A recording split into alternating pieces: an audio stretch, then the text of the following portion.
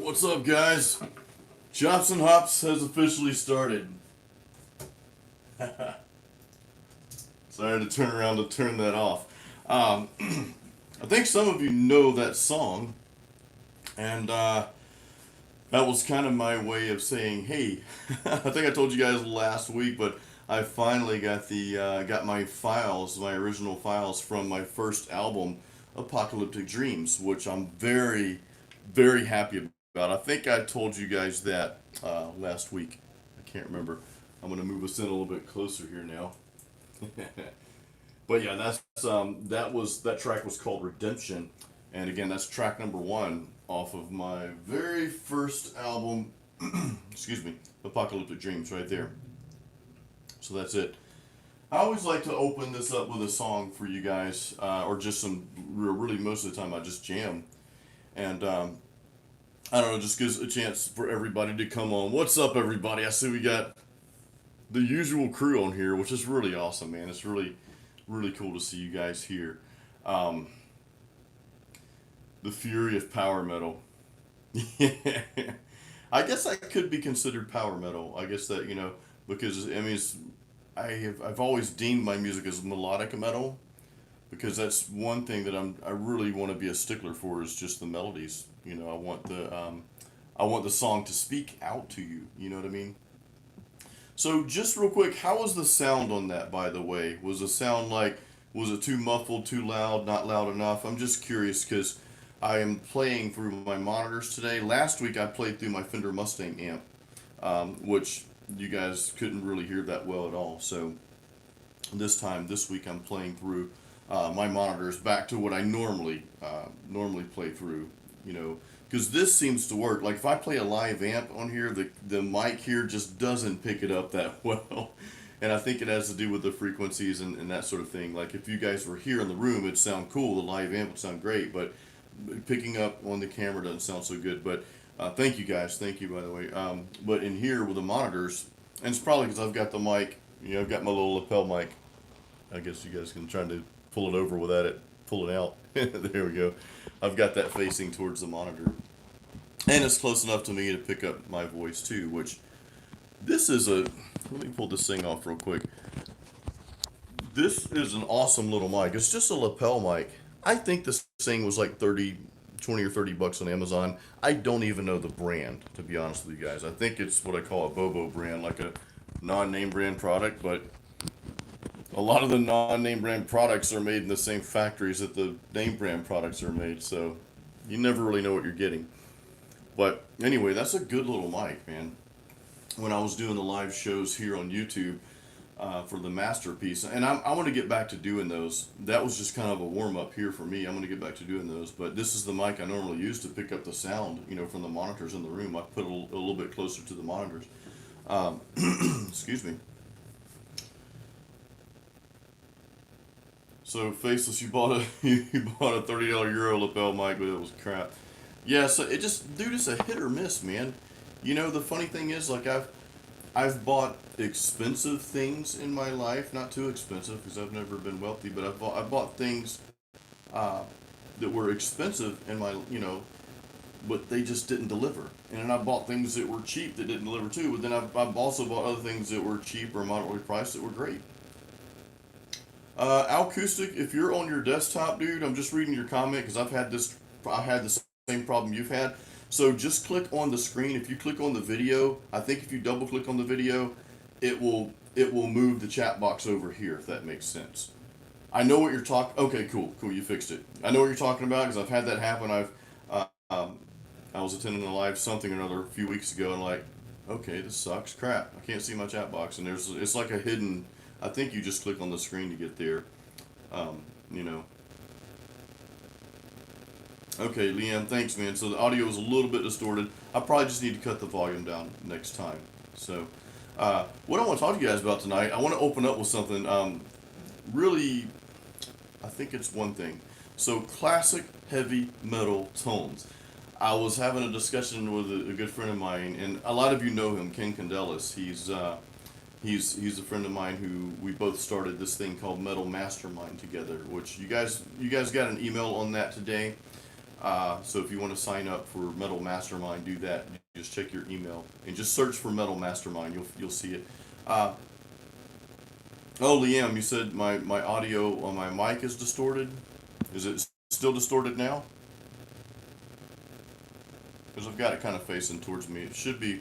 It may have been distorted when I took it off because my hand may have hit it. It's real sensitive, man.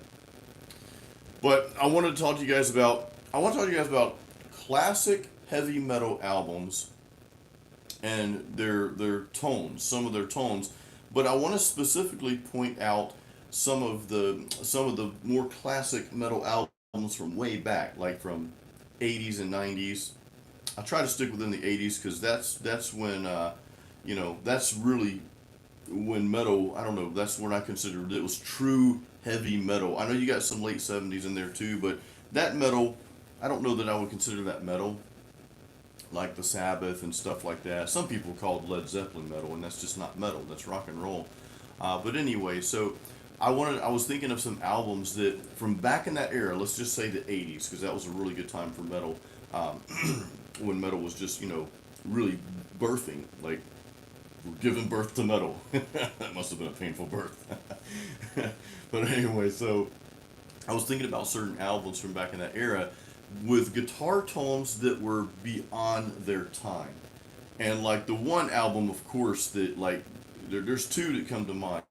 Let's say '80s, and let's go into the mid '90s even before the whole grunge scene and came along and fired all the good guitar players, put the good guitar players out of work. Of course, Master of Puppets is one. I'm pointing to the poster on my wall. You guys can't see it. I think that was clearly because if you listen to Kill 'Em All and Ride the Lightning, both great albums. Like Kill 'Em All just has this energy. You know what I mean? It's just got this really young, rebellious, like, we don't give a crap what anyone thinks. We're doing our thing. And I admire that so much. But those two albums, Kill 'Em All and Ride the Lightning, their guitar tone wasn't the best. Like, if you just had a guitar player play that tone in front of you, like, okay, what is this? But then Puppets came on scene.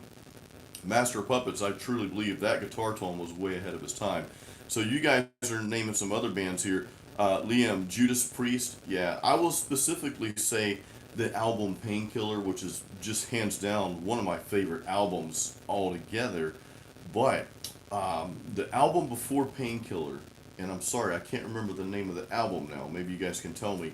But that was a really good tone too. When you go back earlier than that, his tones they were good. They weren't bad by any means. So we got some more here. Faceless Halloween, dude. Yeah, you know what, man? One of my favorite all-time songs is I Want Out. That song just like speaks volumes, no pun intended. But that song, man, just lyrically, it's I don't know, man. In Faceless, you know what I'm talking about. You mentioned Halloween, but I Want Out was just crazy. Sonata Arctica did a cover of Halloween's I Want Out. If you get a chance to look that up, that's really cool, man. They did a really good job on that song, and I love Sonata Arctica. You guys know how I am with my Euro metal. I like that better than really American metal. I wish I could find Sonata's older albums. I don't think their older albums are on like iTunes or what is it, Spotify and those places. So I'm gonna go buy those on CD if I can find them because I love Sonata to begin with, but I really love their older stuff. Their older stuff just has this magical thing to it. I don't know, Faceless. No, I've got. You guys are asking about my mic. Is my mic, is it distorted? Let me try something, guys, real quick. Actually, better yet, let's do this. Tell me how that sounds. I'm taking my mic out because I was filming using my phone earlier today, and actually, it sounded really really good. I don't know if I need a lapel mic anymore. So let me, if that's bad, just let me know. Like if you guys can't hear me or if it sounds like I'm in a cave or something. Okay, it sounds better. It could be something with the connection because on these mics, you've got on these little lapel mics because the iPhone is different. I have this little connector here. And anytime you have to add something to something to be a conduit, you run the risk of it not getting the sound right. So okay, that's better. Awesome. Ram it down, Priest. That was good. Yeah, I love Sonata. Sonata's awesome, dude. Yeah, Slayer had some cool tones too, man. I will say that Slayer, yeah, Rain in Blood and South of Heaven. Rain in Blood, that's one of the songs when it comes on, like your whole day just kind of just halts. It's almost like a moment of meditation. It's almost like a religious thing. Like you have to stop immediately what you're doing and listen to Rain in Blood. When if you hear it, like come on, man. SOAD toxicity. I don't know what that is, Liam. I'm sorry, man. SO. You have to spell that one out for me, dude. Danzig, yeah. Danzig was. They had some good stuff, man. Really, really good stuff. Okay, I see all the comments. Static's gone. It's better. Okay, awesome, awesome. Maybe I blew out my lapel mic with Redemption when I was playing earlier. Who knows? That's awesome. Okay, good, good. Yeah, I could put it back. Let's see, Faceless. Let me do that real quick, man. So I'm gonna plug this back in, guys, and just see if this thing has gone away now. Okay. 2, 1. How does it sound now? Let me know if that's better. I'm gonna unplug it again anyway because I think my phone's just as good.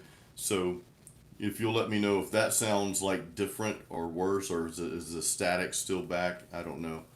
Um, okay, no more static. So it was a connection. I'm gonna unplug it anyway though, just in case that happens again. There we go. So, all right. Matthew says it's worse. Okay. Faces says no more static. All right, I'll just leave it unplugged, guys. That's just much easier. So Slayer solos. Yeah, you know what? You make a good point, Abdullah. You make a really, really good point, dude, about Slayer solos. They're all over the place. Lay off the whammy bar. Don't shoot me for saying this, guys, but the Slayer guitar solos, Kerry King and their solos were kind of sloppy. I mean, let's just be honest, uh, and maybe that was the sound they were going for. I don't know, or it was just one of those things. Is like we're just gonna do what we do and play it as raw as we possibly can. If we kind of mess up a little bit, it's okay. But yeah, it was kind of sloppy. So. Um, yes, NOS is saying Slayer never plays the same solo twice. Now, I'm guilty of that, man. I have a hard time learning my own solos because when I'm writing solos, I'm usually just kind of writing as I go. And it's like, okay, well, and I have a very hard time remembering what I played, but I think that's because I don't play out every night. If you're playing your own music and you're touring and you're playing the same 10, 12, 13 songs every show like 4 or 5 times a week, you're gonna learn your stuff. You know what I mean? It's like I don't see how Joe Satriani learns all. I don't see how he memorizes all his songs. I have no clue how that happens. I don't know that he does though. I don't. I think Joe Satriani plays. In really live, I don't want to hear the song anyway, just like it was played on the record. I want to hear the live version. You know what I mean? So that's just kind of my thoughts on that. Um, Faceless says Slayer no sense of rhythm in the solos. Yeah, dude, it does fit the music. I agree, it does fit the music, but you know, I often wonder if sometimes musicians look back, it's like, oh my god, I was sloppy there. I wish I could go back and fix that. Oh man. Like Metallic says, no remorse, no regrets. Acoustic wants some bacon. Yeah, I wish I had some bacon sizzling, dude. Actually, my wife just cooked some really good spaghetti and some mozzarella sticks, so I'm full of that stuff right now. That's good. So, Captivating Cash, you just started a band recently and working on improving, or I'm sorry, improving. My bad. Is improving and improving spelled the same? That's one of those tricky American words, like flammable and inflammable.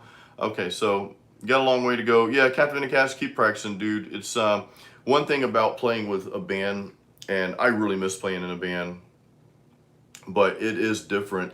And even playing along with your own music, like I was playing along to my own track in the beginning of this video, and I'm like, I kept kind of screwing up. I'm like,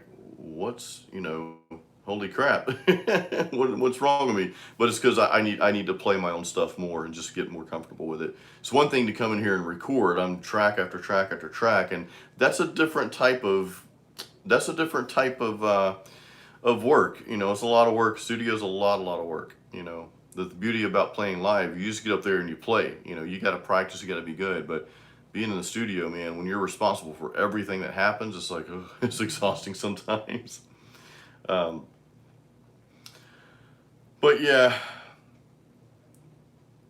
I'm reading, Faceless, I'm reading your comment here. As an artist, your fans come to listen to you play the song live and not some weird out solo because the artist is bored with it. Yeah, I mean, there's that's a good point. How I feel about solos and music in general live is you should stay in the same format. Like you've got your melodies, you've got certain things that people want to hear. But if you go off the beaten path a little bit, I think that's okay. But to your point, dude, yeah, I don't want to see you play something completely different. If I come to hear a certain melody in the solo, and sometimes you're looking for that part, I don't want to have something completely different. I just want, I want that thing there. But you can go off the beaten path a little bit and surprise me with some things too, because that's kind of the art of being live. It's like, oh man, I heard it like this, and I'm never going to hear it like that again. Joe Satriani was talking about that. I just read an article by him in the latest Guitar World magazine, and he was talking about that. He's like, I do live recordings every night. I play out because thousands of people are filming on their phones. So that's it. So I have to really watch what I do, and that's a good point he made. Liam, Megadeth, Rust in Peace. That's another, yeah, Rust in Peace. I wasn't a big fan of Megadeth's tones before Rust in Peace, which I think it was one or two albums before that. When they came out with Rust, their tone, man, it just got really, just so much better. But it's very tinny sounding before. Liam, Cowboys from Hell. Yeah, that's a good album. That's a good guitar. I'm not a fan of Pantera's guitar tone. I'll just say that. However, I think that's a good guitar tone. I know I just contradicted myself, but I've just never been a fan of that particular tone. But for their music, it fits so perfectly. It's awesome. Abdullah, yeah, some things you cannot mimic, like Painkiller solos. The pinch harmonics were really perfect. Yeah, they were, and that's another thing. Being in the studio, you're gonna pull off some things in the studio that sometimes are close to impossible duplicating live again. Because there's certain things you capture in the studio, and sometimes it's almost by accident. There's one solo in a song that, and I'm trying to remember what. I think it's on my very first. I think it's on Apocalyptic Dreams, and there's a part where I merge two tracks together in a solo, and it gives me this just really far out sound, and I'm like, it was kind of a screw up, but it sounded cool, so I kept it in there, and I can't duplicate that live. It would be impossible for me to do that. You know what I mean? So, Gary Holt, killer guitar dude. Yeah, I like Gary Holt, dude. DW is gonna have some avocado and tomato sandwich for dinner. I don't know if that sounds too good, dude. The funny thing is, I love tomato sauce, but I don't want to eat tomatoes. Acoustic, the Dawkins tone. Funny thing is, like I love Dawkins tone back then. I think they had one of the better of the hair metal tones, and really they weren't hair metal. They were, but they weren't. I think Don Dawkins was pushing them that way, and of course the label was pushing them that way. I don't think George Lynch was. He wasn't quite on board with being hair metal, but anyway, their tone. They had a really unique tone. And I mean, that was mainly George Lynch, though. He just, the way and I'll go back to this too, guys. A lot of your tone, of course, it's a guitar and amp. That's the big thing. But a lot of your tone, when you hear that thing that like that's like, okay, I know that's that guitar player. That comes from the person's hands. That comes from their playing. You know, like Slash. I mean, I don't know how you guys feel about Slash's guitar playing. You know, he's admitted that he's just not a fast guitarist. He says he can play fast stuff, but just doesn't like to, and I get that. That's fine. He's very melodic, but the thing about Slash, dude, he can hit like two or three notes, and you know it's him. It's like, whoa, okay, that's Slash. He's got an extremely signature tone. Yeah, Faceless. That's the waiting can be boring in the studio, man. You know, studio life is like I love it, but I'm itching. I'm really itching to get out and play live, man. I'm just like I've got this thing in me, just like I gotta get out, dude. But that's coming. That's coming soon. But being in the studio is cool. Like if I was just in the studio for the rest of my life, I could live with that. I do want to get out and play live again, but if you told me, well, Jason, you can never play live, dude. You just gotta sit in your studio and record music and release music. I wouldn't complain too much because I love doing what I do. Yep. Yeah, Liam, I thought about a top 10 favorite albums, dude. You know, I thought about that. Venom, yeah, Venom. Ah, that's some good stuff there, dude. Yeah, I know you guys are going back and forth on the solo stuff. Yeah, I get it, and that's the thing. Uh, don't change the structure of the solo necessarily, but you can go off the beaten path. I honestly, guys, I don't think most guitar players remember every note of their solos. I don't think it's possible. Again, unless you're playing those same things out there every night. Even Metallica, as much as they probably play live more than any other metal band over the years. But when they go back to a song that they haven't played that much on stage, and I've seen this on video live, Kirk will change up the solos, and sometimes I even hear live guitar solos that are hitting wrong notes. I hear that probably more often than not. It's kind of okay with me because I know playing live is a different beast, man. I mean, you're most of the time in the studio you're sitting. When people record, they're sitting, and then when you're standing up playing, and you got lights hitting you, and it's dark in certain areas, and and just everything going on. If the drummer happens to be off, and sometimes musicians can get off without the crowd noticing it, but the people on stage know it's like, okay, and that can throw things off. So it's that's really tough, man. That's very, very tough. The Black Album, yeah, Aaron, the Black Album. I like the Black Album tone as well, man. I thought the Black Album was great. I mean, I know a lot of people gave Metallica crap after that, and that album counts because that was in '92. I think we said from 1980 to like mid '90s is the albums we're looking for. But yeah, I think the Black Album was just produced extremely well. It was just a lot of time and money spent in production, and hey, it was good. You can't do another Master of Puppets or another Injustice for All. You have to come up with a new album. So, Metallica grew. Now, I don't care for so much where they grew after that, but nonetheless, they kept moving on, man. So yeah, yeah, I hear what you guys are saying. I hear what you guys are saying about that, about the solos, though. I get it. That's the thing about metal. Faces, I'm reading your comment about the price you pay when you go commercial. Yeah, I mean the thing is when you go commercial, things do change, and I don't know. I don't think a lot of metal is ever going to be commercial ever, especially not in the U.S.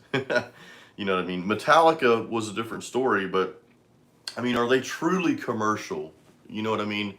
Maybe to an extent, but if you live in the U.S. or you watch United States TV or videos or whatever, even though yeah maybe they're still popular, that style of music, even the commercial metal, if you will, is still nowhere near the style that is out there and being played over and over, like the pop music, the hip hop, the rap, the country.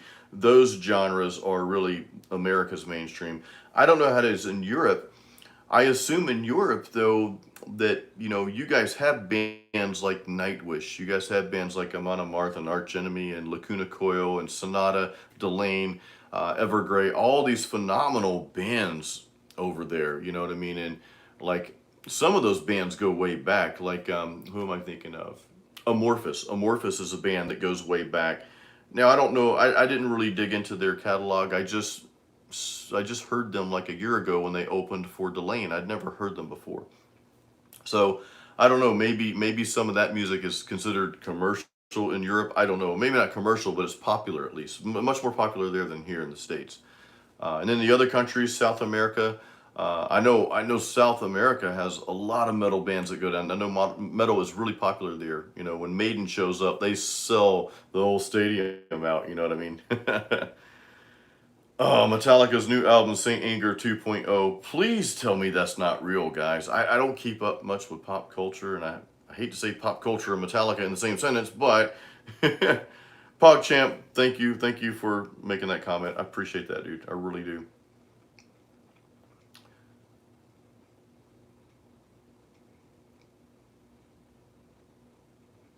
I actually have the Saint Anger album. Someone I was with a long, long time ago, they knew I liked Metallica, so they bought me that, and I got it. I'm like, okay, thanks. It's not really what I wanted, but hey, good try. Oh man, that's funny. Yeah, that was the album with no solos, and I think Kirk is such a good guitar player. So Faceless, you confirmed that Europe is kind of the same, more pop crap and whatnot. That's sad. Celtic Frost to Megatherion. Oh, dude, I need to go listen to that.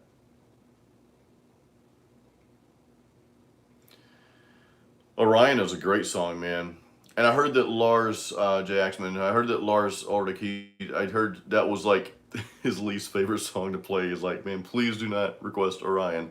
But songs like Orion and Metallica's instrumentals, they're those songs that you really can just sit back and just listen to, and while you're doing something, and it to me it helps you focus. Probably because there's no lyrics, which that was one of the reasons why I started out doing instrumental music, because I'm like, I wanted to kind of fill in that gap. I know there's a lot of instrumental music out there, but I was trying to do something, give people something just a little different, in the instrumental music, and put some more melodies in there, so they didn't really have to think so much. They just could sit back and listen to it and take their mind to another place.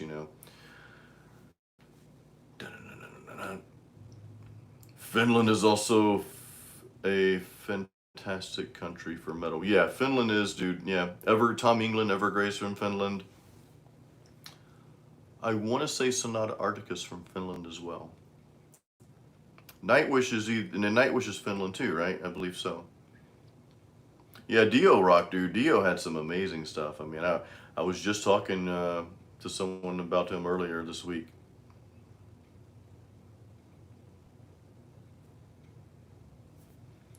Um, Abdullah, limit your creativity due to people expect you to stay the same. Yeah, I get that. The thing about that is though, here's the thing. Like when you're playing music and when you get out there, even at my level, even and I'm a very low person on the totem pole. Don't think that I'm trying to put myself up there. I'm not at all. But even where I'm at as a musician, when you start releasing music, you do build a certain audience with that, and that audience is supporting you. So it's a very fine line. You really do have to balance. Like, forget about labels and mainstream and all that, but you do want to have that fine line, and like, okay, I'm doing what I love to do, and being creative, but at the same time, I've built up an audience here, and they do kind of expect certain things from me, so you kind of want to meet that as well. So it's a balancing act, and that's not a bad problem to have. That's a good problem. Like, you guys that listen to my music, this next album I have coming out, I have like really listened to a lot of your comments over the past several months, really all the time. Oliver, my solo album, I'm working on it right now. This next album is going to be strictly instrumental. There's one vocal track on there. It'll be the final track. It'll be track number 12 or 13. I don't know how many songs are on there quite yet, but um, it is going to be an instrumental metal album because a lot of you on here um, have really praised my very first album, Apocalyptic Dreams, and thank you, by the way. So that really, just listening to you guys, this is a perfect example of what we're talking about.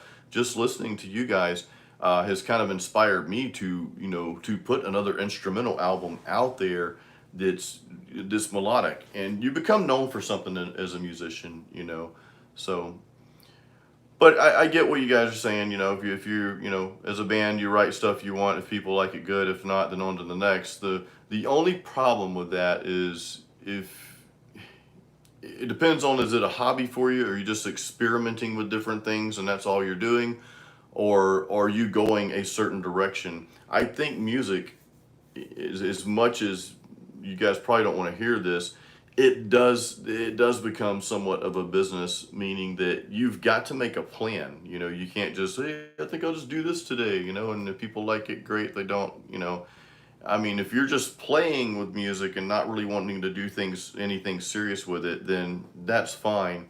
But again, once you start building up an audience that they do have certain expectations, you can be experimental to a certain degree. But I guess what I'm saying, guys, is like, okay, you're playing metal, you built this metal audience, and maybe you play a little bit different subgenre next album. But if you just completely switched over and started playing country or something like that, or new metal or something that your audience just doesn't like, you're doing them a disservice, and then you're doing your band a disservice as well.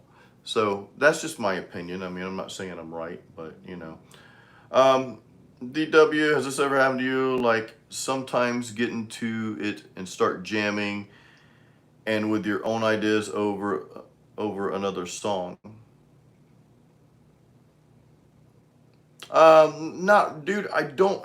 DW, I know what you're saying. That used to happen to me, but the thing is when I'm writing music, I don't know a lot of stuff, man. I don't know a lot of songs because I don't have time to, I get requests quite often, people wanting me to play a cover of something, and I'm like, I don't know it. And the thing is I don't really have the time, or I don't want to put in the time it takes to learn it, because I'm working on my own stuff constantly, and and I've got a lot of things going on. So it's one of those things that I just don't. So really, when I sit down and start writing music, I don't have any song in my head at all. None. Faceless, Winterheart's Guild, Sonata Wolfheart, or Winter Sonata. Okay. When you said Winters, I was thinking Winterheart's Guild, the Sonata album, and that's a phenomenal album, dude. Oh my God, it's so good. Opulent Decay, I haven't heard of that, dude. I'll have to check that out for sure.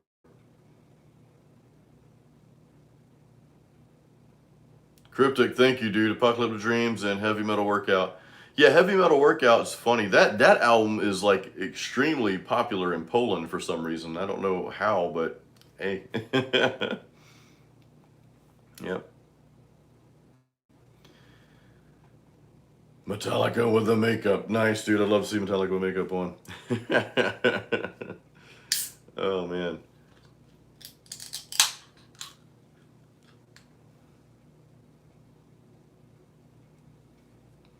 I haven't heard of the Stoner Rock, my bitch Sustain. Caius, no, haven't heard of that, dude. What's up, Mike? Mike Olson is here, dude. Awesome, man. Just guys, just letting you know ahead of time, I will not be on as long tonight as I was last time. I think we're on for like 2.5 hours. I do have some things I got to take care of, so we'll probably go until about 7:45. 8 would be kind of pushing it, but I just want to let you guys know ahead of time, so don't be upset at me, please. I have a lot going on right now. And on that note, I'll announce this again later, but we'll probably skip. I think I'm going to skip Chops and Hops next Thursday because I have a lot going on. But we'll pick back up about every 2 weeks, guys. After 2 Chops and Hops in a row, I'll probably take a week off here and there. So, like I said, I've got a ton a ton going on with a new album. I'm working on some other projects too, and plus, we've got Mastermind. A lot of you are coming to the Mastermind. That's every Wednesday at noon. So check your email today. You guys should all be signed up on my email address. So check your email. Just do a search for Mastermind. This beer, guys. So it's beer time. What time is it? It's beer 30. That's the saying we use in the South here. So look at the name of this beer. Tell me what it is.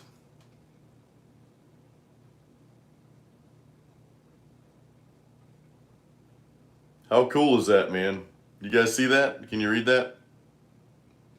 Headbanger IPA. I wish I had created this beer, dude. This is an IPA out of a little place in Florida called Dunedin. A quaint little town. Really, really awesome. It is metal, dude. The name of the brewery is called Seventh Son. They've got a killer logo, man. This is just a really, like, I want to brew beer so bad. And I'm thinking about starting something real soon. I've just got to find somebody with some money to invest in my vision for beer. Kind of what it is, Seventh Son. They probably got it.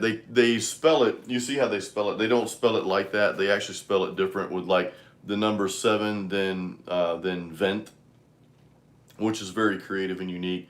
But they probably had to spell it that way for to not get in trouble with copyright, because I mean it's easy to get in trouble with that kind of stuff. Nos, thank you, dude. Nos01, you're enjoying the Mastermind, the show. Yeah, are you too old? Yeah, so I think most of you know that Ken Candelas is one of my friends from New York. He's a pro audio engineer. We started a new channel called Metal Mastermind where we're helping musicians. So if you're not involved in that and you want to be, just let me know in the comments, and I will send the link to you.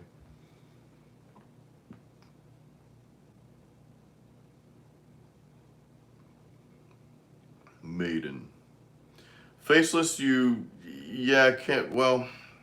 copyright's weird, dude. I'm in that business, kinda, so you can copyright certain words. Not words, but you can copyright certain phrases. So it's, there's some weird laws in there. Like I said, I have 2 businesses, so I'm very familiar with copywriting, because I have some things copyrighted myself. There's different levels of it, though. You know what I mean? There's different levels. There's state level. There's global. There's all kind of stuff. It gets really deep, dude. And it's like I don't have anything that's copyrighted, word wise, except for my business name. So yeah, I don't know, Faceless. I mean, you may know the laws. You may, if you know that for certain. All I would say, if you're thinking about using something, what I'll say to that is, even if you think that you can't copyright a word, then you better make sure that you can't copyright a word, man. Because if you blow up, people will come after you, dude. It's ugly out there, guys. I'll just say that. I don't,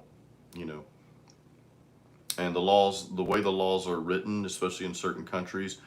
It can be, sometimes it just depends on your attorney who you have. It's not even a right or wrong thing. So,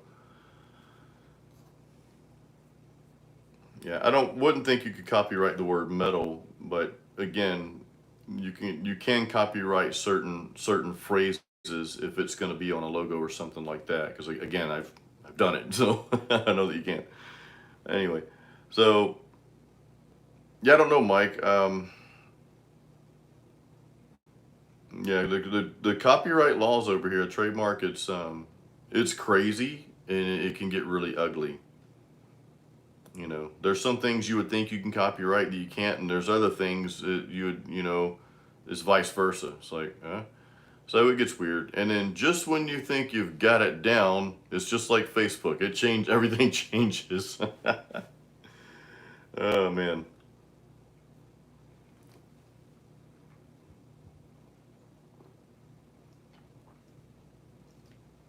Now, music, acoustic, I see your comment.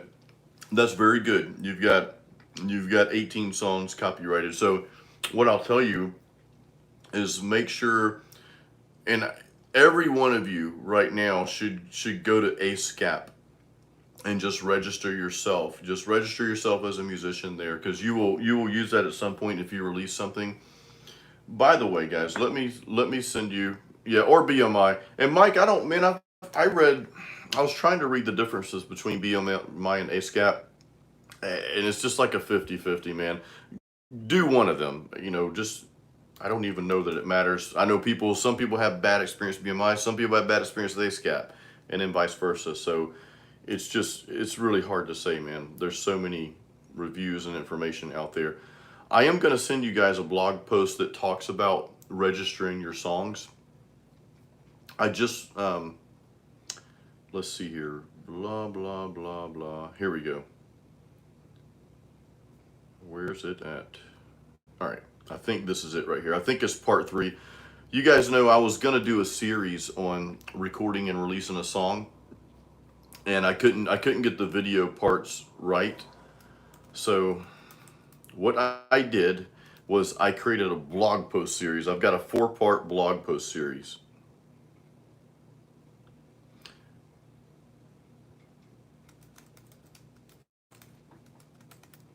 Part 3 of 4. So I just put in the description, guys, where that's the blog post. This again is 4 blog posts. That's part 3 that I just sent you, because that specifically talks about where to register your music at. Because if you're gonna start writing music, then I want you guys to be safe about it. So Mike, yeah, obviously you've had a bad experience with ASCAP. I have not, so I don't know, and I know, like I said, I've heard people having good and bad experiences with both, dude. Mike says ASCAP. um, these should be global, faceless. I don't. Yeah. Now, Mike, you're correct. You cannot register with both. No, you have to do one or the other. They won't let you do that. Yeah. So I don't know. It's what ASCAP does, though. Really, your royalties are going to be collected through whatever service that you put your music through to get it out there. I use a service called CD Baby, but there are other ones. I'm not going to say they're the best or worst. It's worked great for me. That's all I'll say. But there are other excuse me, there are other services out there, and they take you through that whole process. But read my blog post there, guys. I go into a lot of depth in that blog post. I give you links to go where you need to go. And I try to be as unbiased as possible, because again, there's so many things out there. I can only share my personal experience with you, the good and bad. Um, you know what I mean? But that's all I can share with you. So Mike says the Bernie Convention for the Protection of Literary and Artistic Works. Nice, dude.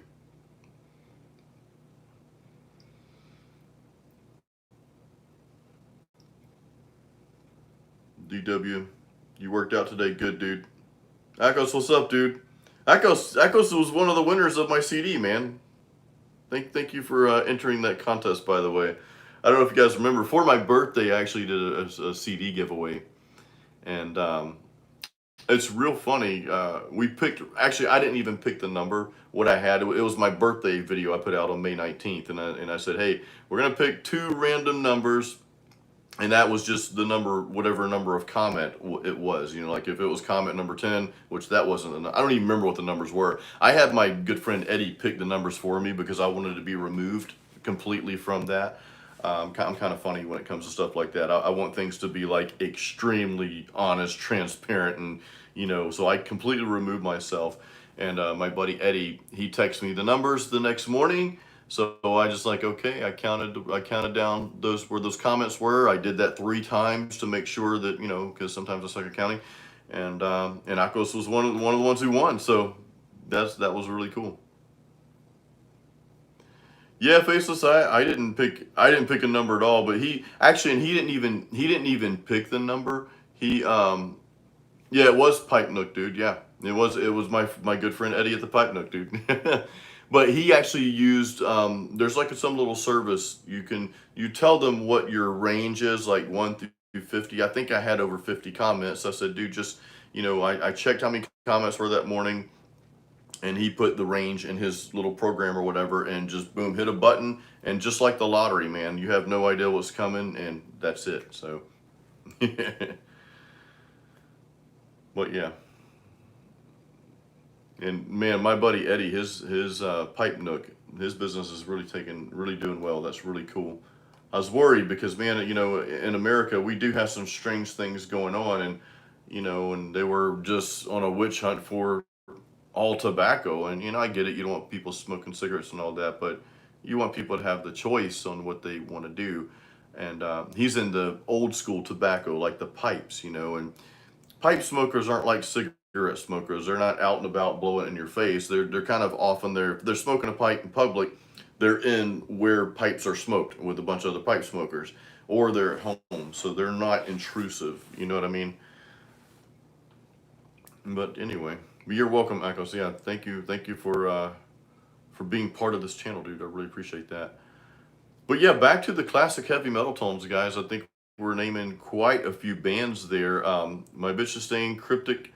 Listen, okay, you're saying listen to Pestilence, Gorgas Obscura.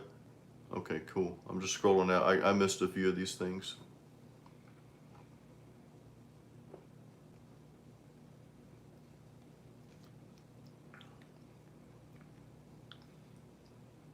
Cryptic Vapists are the worst type of smokers.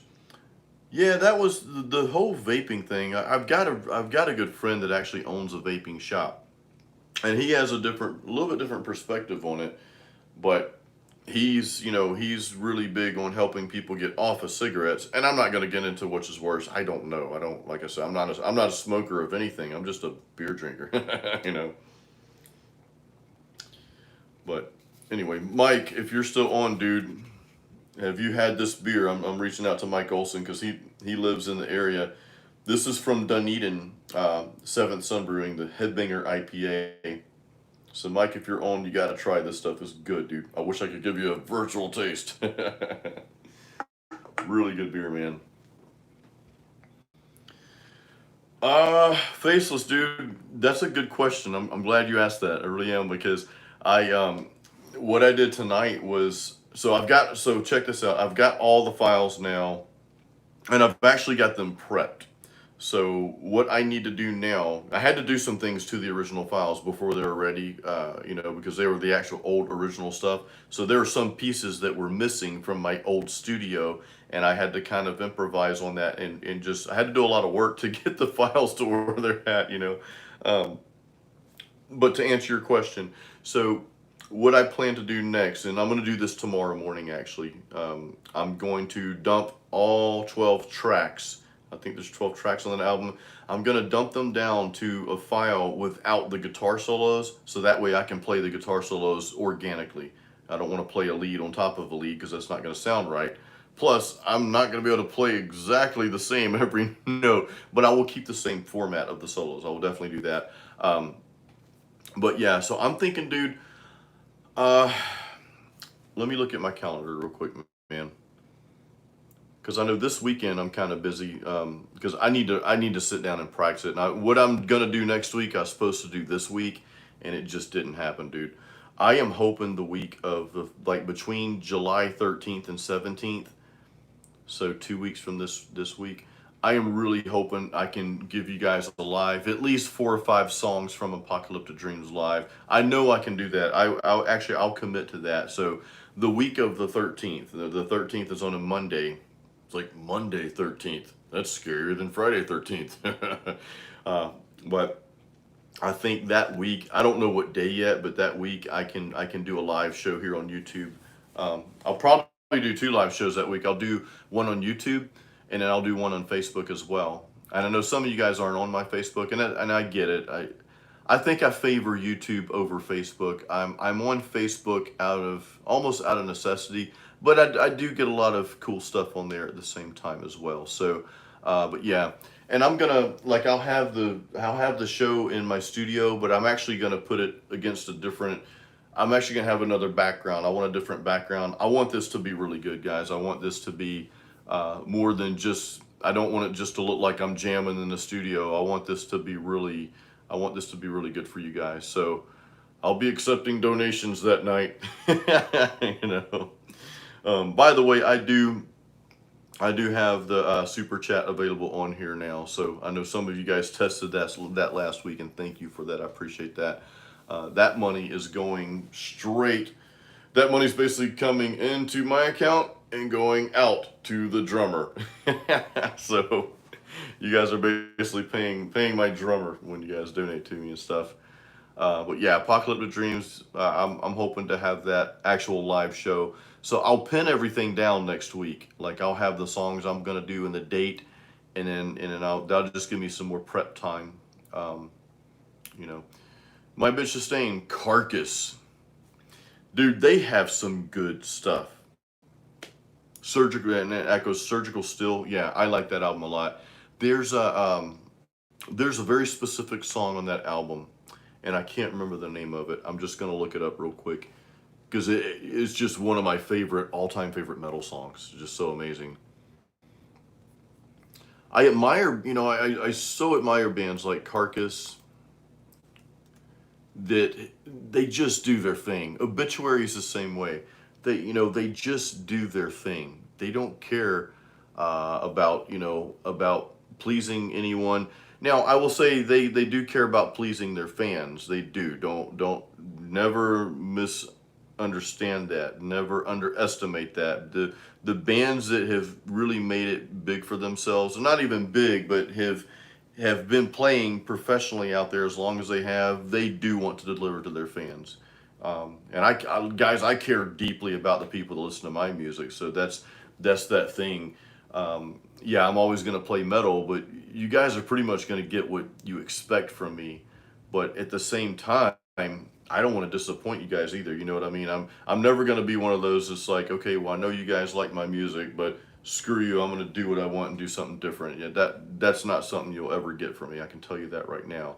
If I do something completely different, it won't be under Jason Stallworth. It'll be under a different name or something like that, because I feel it's almost like a code of honor type thing. It's almost like someone joining the Marines, like they're a Marine, so they're proud of that family. You know what I mean? So hopefully that makes sense. So Thrasher's Abator is the song I'm talking about. It's track number 2 on Carcass's Surgical Still album. That's a great album. Oh, Faceless Deicide Legion. Yeah, they're heavy. Man, I didn't listen to Deicide a lot way back in the day, but I remember hearing about them. And at that time, I was so ingrained in Metallica, man. It was crazy. And I'll admit, I was into a lot of the hair bands then too. But I remember seeing people in high school. This is back in like the early '90s, wearing Deicide shirts, and like, that looks cool. Now, mind you, I grew up kind of in a strict Christian environment, so Deicide didn't quite fit in that little area there. But yeah, I later listened to them. I'm like, man, this band is super heavy, dude. My Bitch Sustained, Unleashed. Yeah, I've heard of Unleashed. They're pretty heavy, dude. Sebastian, thank you, dude. Sebastian loves me more than he loves themselves. Love yourself first, dude. Make sure you love yourself more. But I do appreciate that, dude. Thank you. And yes, thank you guys. Hit the like button. You guys are commenting. I always forget these things, man, but you guys always remember. So thank you so much. Cryptic, you bring up the big four. I'm gonna throw this out here real quick. When I'm thinking about the big four, Metallica, Megadeth, Slayer, Anthrax. My opinion is I think Anthrax should not be in the big four, and they should have brought Testament in the big four. I think the big four should be Metallica, Megadeth, Slayer, and Testament. That's just my opinion. Oh man. DW, I have not checked out Skinless yet, dude. I haven't listened to anything new this week. Do I like Bloodbath? I don't know if I know Bloodbath, dude. I have to go back on there and look. Cryptic Throwbolt, Morbid Angel. Oh yeah, Now I saw Morbid Angel live last year. I think it was about a year ago from now. Maybe it was March or something like that, 2019. They put on a really good show. That was a really awesome show, man. Man, you saw Deicide 21 years ago, dude.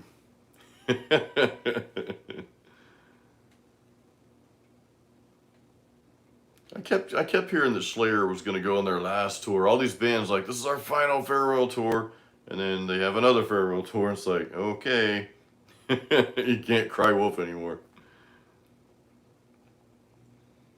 Oh, Liam, Mayhem. Yeah, Mayhem's got some cool stuff. Cryptic, I'm with you there. That's a very good point, dude. Yeah, because Exodus and Overkill, I was just never really an Anthrax fan. That's just me. You know what I mean? And I don't know. I just never really got into them that much. Akos, you agree? Yeah, Anthrax, cut them out. Put Testament in there. Oh, DW Exhumed. I gotta check that new album out. They've got some really good stuff, dude. Yes. But yeah, Cryptic. I would even replace Slayer with Overkill. Exodus. Exodus is phenomenal. I mean, Exodus is truly phenomenal. I love a lot. They went off the tangent for a little bit, but then they got back on their game. And I'll say another thrash metal band who's really stayed true to their roots all these years is Death Angel. Death Angel has some phenomenal stuff, dude. Absolutely phenomenal.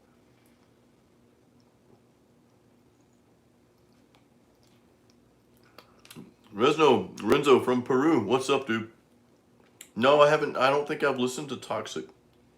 So, you know what? Now that you mention it, now that I read that second part, a heavy thrash speed metal band from the '80s, I'll have to check on my iTunes because a lot of times when I'm working out in the gym, I will just do a station based on a band or whatever, and I'll get to hear a lot of stuff that I've never heard before, even from back then. Even though that was my era. So I'll have to go check that out.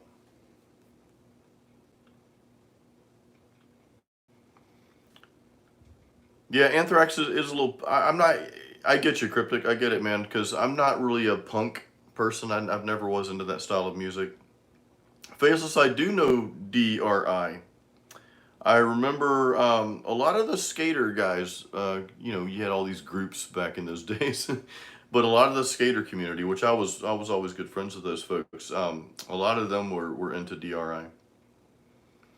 Dude, if you saw Morbid Angel 25 years ago, oh my god, man, I bet that was amazing. Yeah, thrash Overkill is a solid, solid thrash band, dude.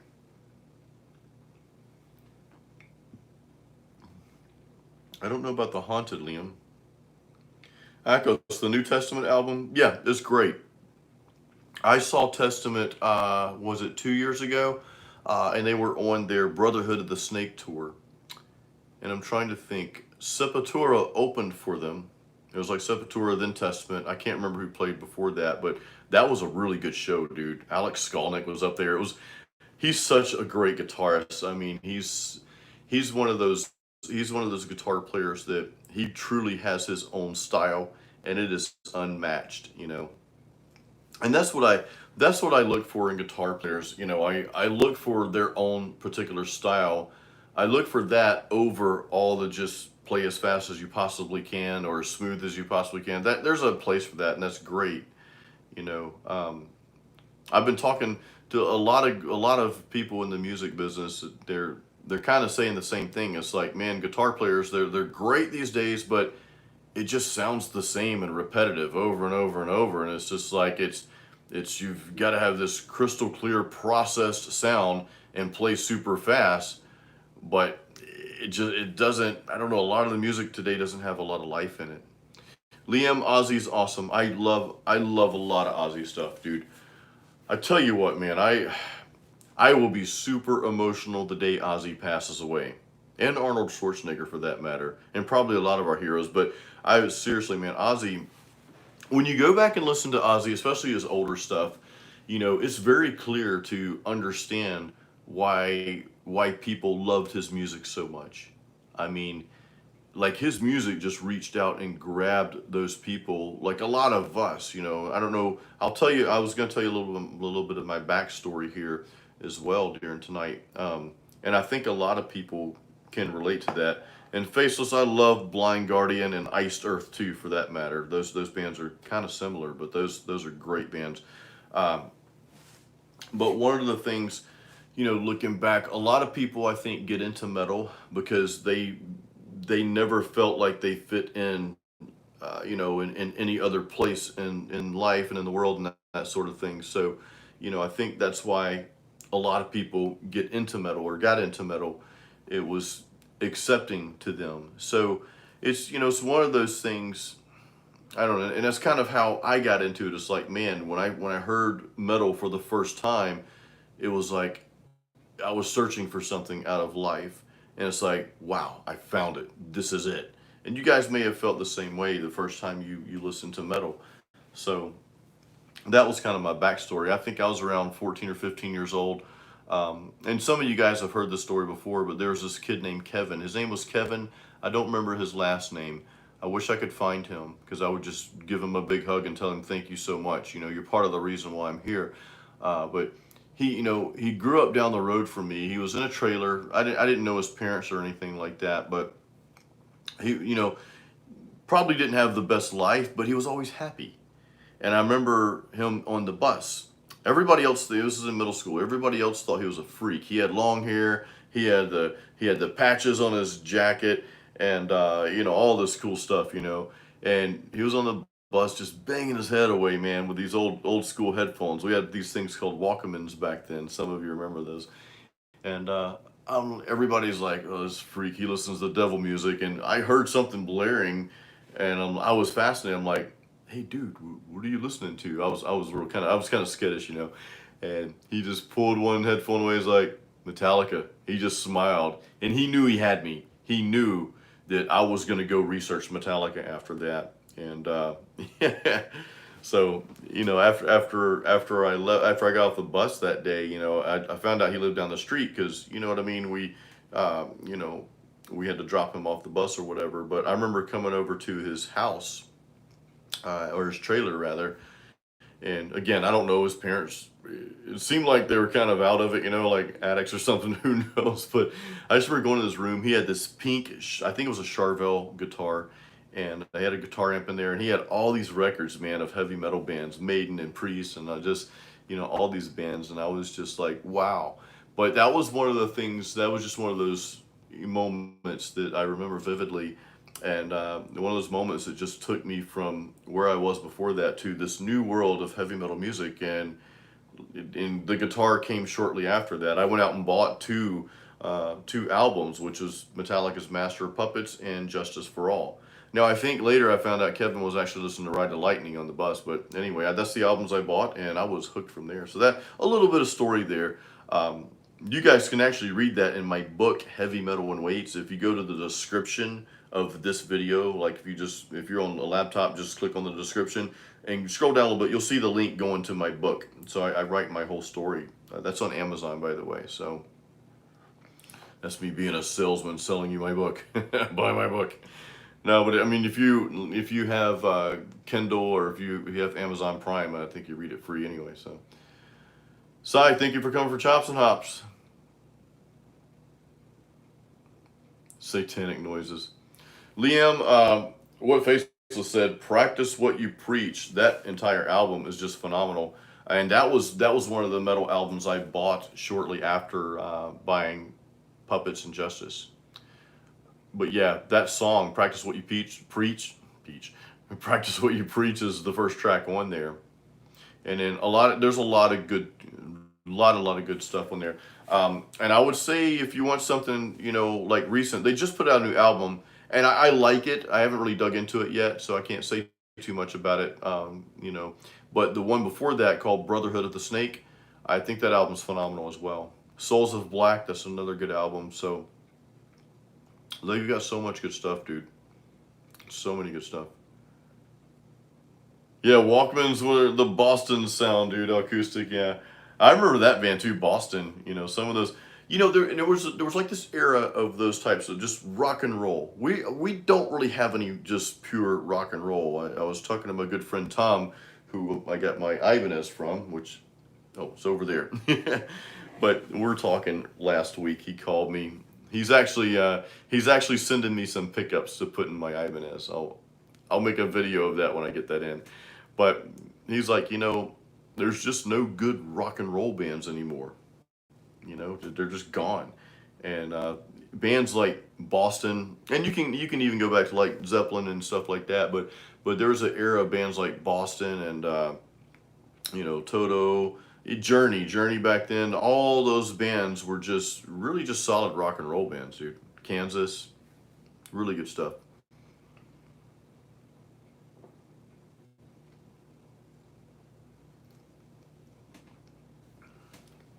Disincarnate.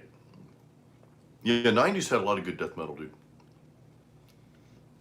I listened to a band and actually saw them in concert. Um, a band called Mortification, and they were actually a Christian death metal band, believe it or not. And actually, whether you like Christian stuff or not, they were actually, because a lot of Christian rock and metal bands that tried to pull it off, there were some good ones, but there's a lot of cheesy ones too, just downright cheesy. But this band, Mortification, and I don't think Craig is on tonight. Craig actually knows. He's project bass player, guitar and bass player 777. You guys probably seen him on here quite a bit. I don't think he's in tonight here, but he knows some of those guys from that band, and they were just, man, they were way ahead of their time, guys, way ahead of their time. And I'm like, for a death metal band, they were just, honestly, guys, they were just as good as any other death metal band out there. Their album Scrolls of the Megaloth. It's a pretty cool album, pretty awesome. Yeah, Toto, you faces made fun of your friend, dude, because that's great. Uh, I did Africa on acoustic, man. It turned out okay. It's very strange. So I'm pretty sure those guys were high when they wrote that song, though. Yeah, Sebastian. If you know of any good rock and roll bands, I do not know them. Uh, I don't know any good rock and roll bands. I take that back. There's a band called Hardline, but they've been around for a while, and they just came out with an album. My buddy just mentioned it. Eddie from the Pipe Nook. He texted me the other day. He's like, "Hey man, I'm listening to Hardline's new album. They're awesome. It's awesome. You gotta check it out." So I gotta go check that out at some point soon. Oh, Akos, Ride the Lightning on cassette. Akos, you must be about my age, dude. I'm 45. Because that's, yeah, you must be around my age, dude. Because it's 14th birthday, and that's what you got. Let's see, Ride the Lightning came out in 1984, if I'm not mistaken. Yeah, 1984, because Puppets was 86. And they were doing an album like every 2 years. It was really like clockwork up until the Black Album. I think that was 90. I don't know, maybe that was 90. I can't remember. Maybe 91. So, but yeah. Yeah, dude, the Mortification albums, CD and vinyl, wow. All right, Echoes, you're a little younger than I am, dude. But you know what? Listen, the 40s are great. For those of you who are not 40 years old yet, 40s are great because you're not going to make the same stupid mistakes you made in your 20s and 30s. And I don't know, you're a little bit wiser, sort of, but it's just a cool time. Just keep moving, guys. Just keep, I'm not going to get on a tangent here, but just keep your body in shape the best you can. I'll say that as I'm gulping down some beer. Enjoy life too, but no, seriously, like just be active, man. Go to the gym. If you don't want to lift weights, that's fine. I like to lift weights or whatever. Some of you like to run. Faceless, I think you're a runner, if I'm not mistaken. Just do something, dude. I don't care what you do. Do something, every day. I don't care if it's yoga or go outside and meditate and do deep breathing. Just do something every day because, man, as you get up there in age, you start noticing a lot of people dying young and with health problems and all this stuff. And even people my age, and acoustic, you're 49, a lot of people your age, they're just in bad shape. And if any of you are in bad shape, I am not by any means putting you down. So please don't think that. If anything, just realize I want to encourage you all just to do something active. And I'm not saying anybody, everybody needs to look a certain way or any of that. It's not even about that. It's just about staying active and just making decent choices in your food and all that stuff. I'm not going to get into what diet's right because the diets are like, diets are like opinions and opinions are like buttholes. It's just, they're everywhere. You know what I mean? So just do what's sensible to you and what is, feasible for you to do. That's what I'll say about food and nutrition is do the diet that you can stick with. That's the best diet you can do. It's not Atkins, it's not keto, it's not plant-based or vegan, it's not meat, it's whatever you can stick to. So that's just my little tidbit on that, you know. Yeah, Akos, refresh your beverage, dude. But Acoustic says, good shape. Nice, dude. Yeah, you just got to keep up. And like I said, you don't have to be ripped like a bodybuilder getting ready to jump on stage or anything. God knows I'm not. But just stay active, man. Just be sensible. And you do that, and your years will be good to you. They will be good to you. Because like I said, I know a lot of people my age that, some people younger that can just barely move. So anyway, that's just a side note. Yeah.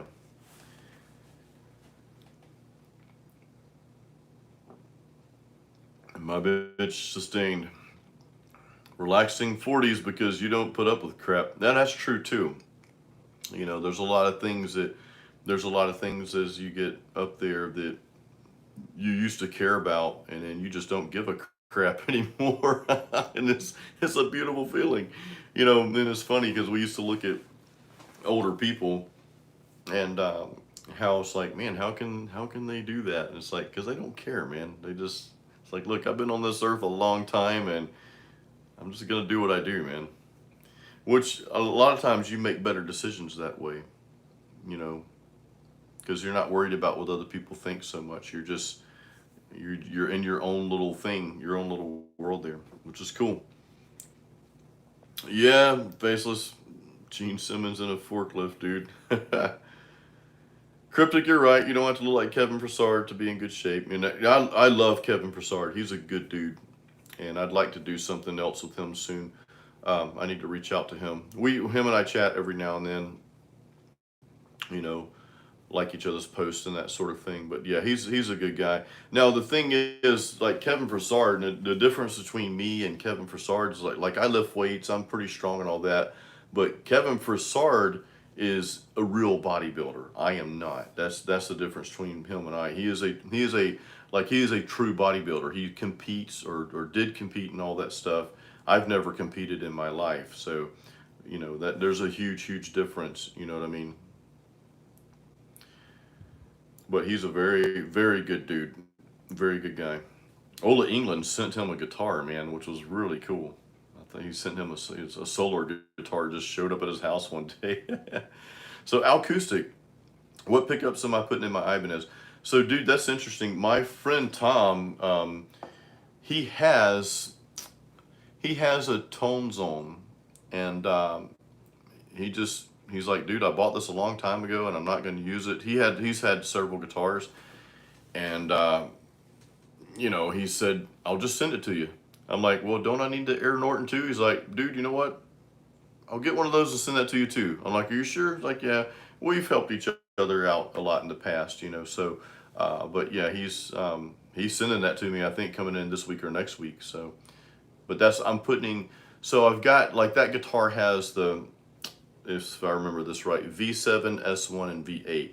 So the S1, the single coil, will stay there, and that's a good sounding pickup. But then the other two pickups will be replaced with the Air Norton and the Tone Zone. So I'll go to Replay Guitar Exchange. Whenever those come in, what I'll do is the local music store that you guys see me trying out amps. I think I played the orange amp there last time and the Black Star before that.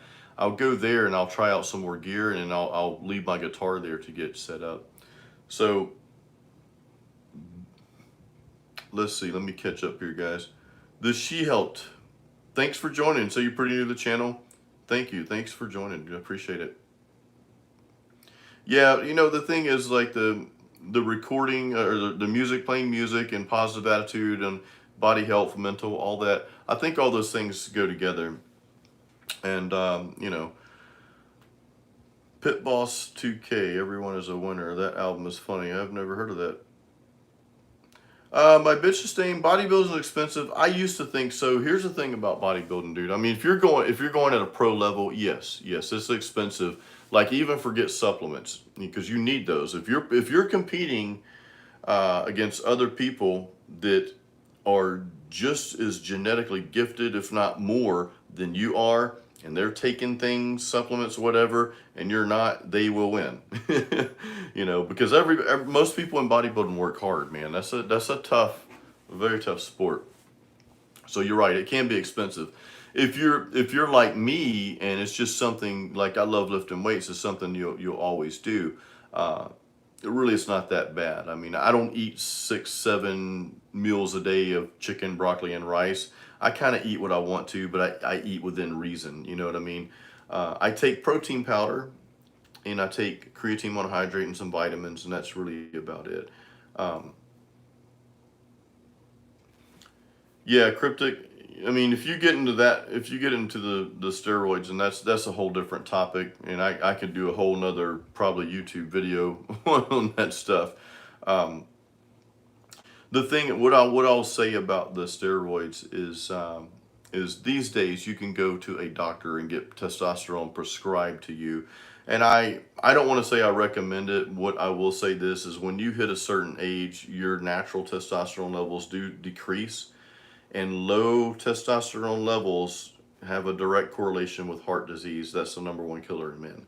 So it doesn't mean you have to take testosterone or use steroids or even get testosterone from your doctor, but I would say take certain nutrients to really try to, to mitigate that risk, right? So one of the things you can take is called ZMA. It's a specific, and it's very cheap. You can get it on Amazon. It's a specific blend of zinc, magnesium, and B6, and it's a patented blend. Victor Conte back in the 90s, early 90s, came up with that formula. But it helps you sleep better organically, in which in turn, that with the nutrients that you're taking with a specific amount really helps your hormonal levels, stay in check, your testosterone and your natural growth hormone. So that's one of the good things to get. Um, there's a lot of stuff like creatine monohydrate. That's one of, if you're getting into the next level stuff, that's the cheapest thing you could take, probably the most effective thing. You know. All right, let me catch up. That Ibanez dude is so Nos. That Ibanez I have is 2003, and I think it's the first RG 1570 they came out with. Sebastian, do a series of videos where you rate our songs. I have a trouble enough doing my own videos. I may put something together at some point though, where I get some clips from you guys. I have thought about that. I know Jared Dines did that with some of his viewers. I never want to get into the situation where people get upset because I didn't use their song and I use this one instead, and it just becomes, that's kind of a slippery slope. Uh, Faceless, yes, some protein powder. It just depends. Like I said, it depends on your goal, man. There's a couple of brands I use of protein powders that I go to that work really well for me. Just to get the thing about protein powder, people say, well, you don't need it. You really don't need it. But the thing about it is if you train with weights, if you're training hard with weights, like, lifting heavy and going all out, then as soon as you get home from the gym, you've got like a small anabolic window. Uh, you got about an hour of time to get nutrients in your body. That means fast digesting protein and simple carbohydrates to kickstart protein synthesis, right? And then also to get the glycogen levels restored. So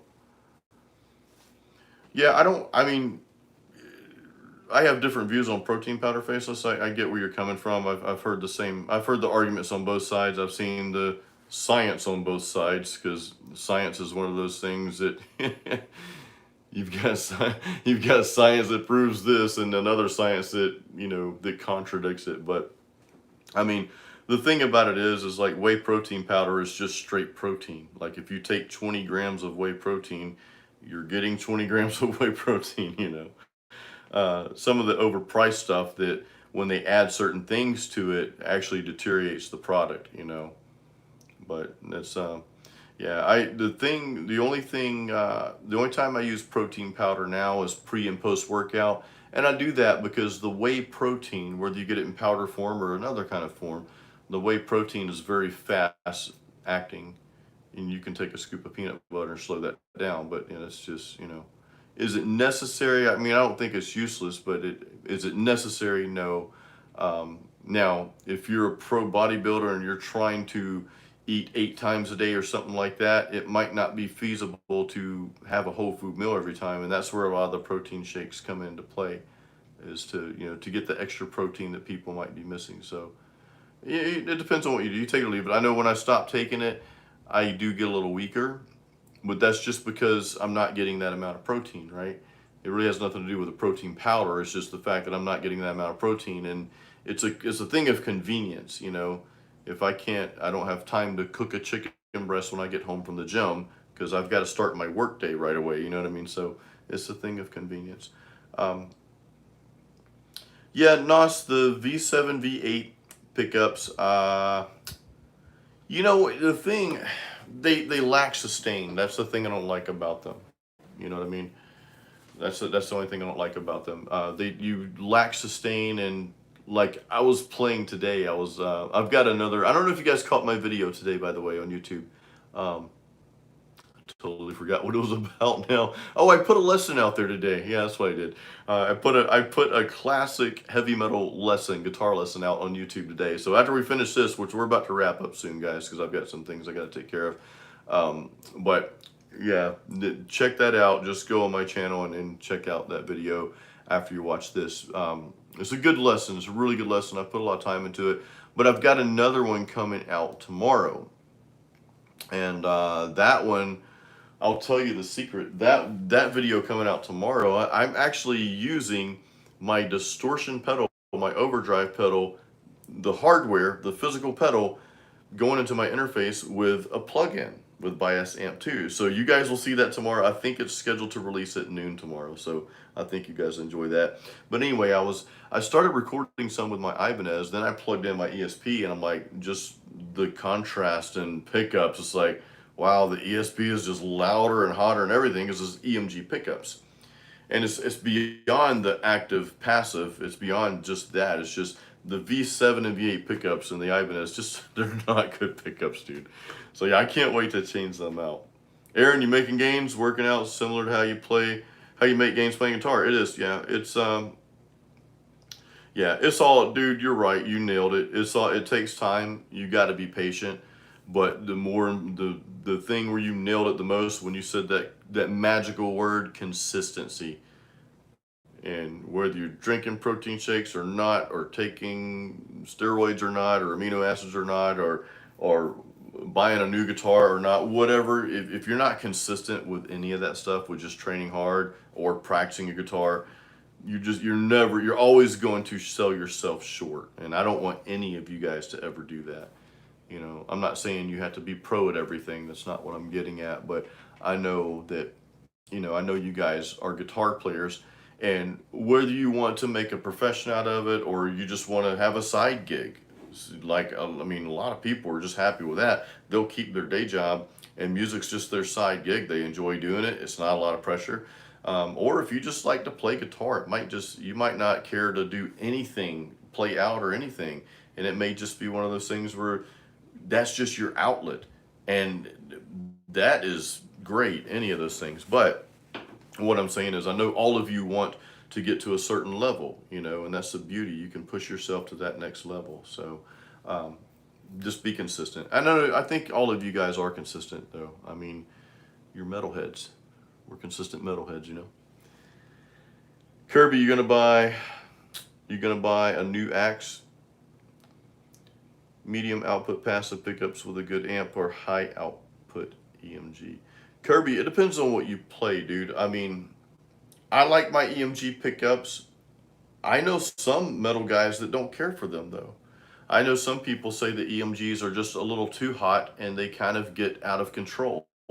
So really, Kirby, what I would want you to do is try to go to a local music store and just play a few different guitars before you go ordering something, man, because I hate for you to spend money and then find out it's like, this is not what I wanted. I know most people buy online these days, but really try to go to a couple of music stores and just play a couple of different guitars, and then try to make a decision based on that. Yeah, Faceless. Sometimes, I know Faceless. You played in bands back in the day, and you know sometimes that's the case. I mean, bands are tough, man. I mean, bands. I mean, a lot of you guys know it's like being. Sometimes it's like being married to three or four other people because it can. Listen, I almost lost a. I don't want to say I almost lost a good friend over it, but uh, the waters got tested in a band I was in with one of my best friends, and he's still one of my closest friends to this day. But we went through a period where being in a band together, it just, we just didn't agree on some things. And man, things can get so heated in bands. I think, I mean, I do want to, I would do want to hit the stage again at some point, like really in the near future before I get too old. But I have some really strict, like internal guidelines that, that things have to be a certain way for that to happen again. Mike, what did you get today, dude? I think Mike buys a new guitar very often. And I'll probably have to come play it for you, dude. You know, because I know you have a lot of guitars. Faceless, when your girl tells you you're making progress, that's good because our women, they will not lie to us, man. They will be very brutally honest with us. So that's a good sign, man. Yeah, I wanted to, so Faceless is talking about the Duncan, the solar Duncans. I bet those are awesome, man. I kind of want a medium output, and it can be passive or whatever, medium output pickup. I think the Ibanez V7 V8s are very low. I'll just say it, they're very low. But I really would like, I'd like to try a medium output pickup guitar. The EMGs are great, but they can get away from you sometimes. Mike had a brutal day, man. All right, well, Mike, we'll find out what it is soon, man. Okay, now you got a Genesis RG55 a couple weeks ago. That's right. I remember Mike telling us this. I think he said this in the chat 2 weeks ago. The RG550 and sent it back. Yeah, Kirby, try to play. So Kirby, even if you can't play the exact guitar you're ordering, what I would do is, write down the specs of that guitar. What kind of wood, what type of frets, what type of pickups, and then go to a music store and try to play something that's similar to that. You know what I mean? So that would help you make that decision. I hate to see people order stuff and then get it. It's like, I mean, if you're ordering a nice guitar, but it's probably going to play good for you. But if you can play some ahead of time, then do it. Oh, the Taylor acoustic, man. I'd love to have a Taylor acoustic. I've got an old Takamine acoustic. Taylors are so nice, though. Actually, the name Taylor is in my German side of my family. That's a German name, my German heritage there, going back from my biological mother's side. I like my Takamine, dude. It's a little on the bright side, but it's fine. I like it a lot. Well, guys, it is 8 o'clock. I do have to get off now. So I just want to tell you guys, I appreciate each and every one of you. I really do. I mean that from the heart. Um, you know, check out the video tomorrow. Also tomorrow, you'll get an email from me.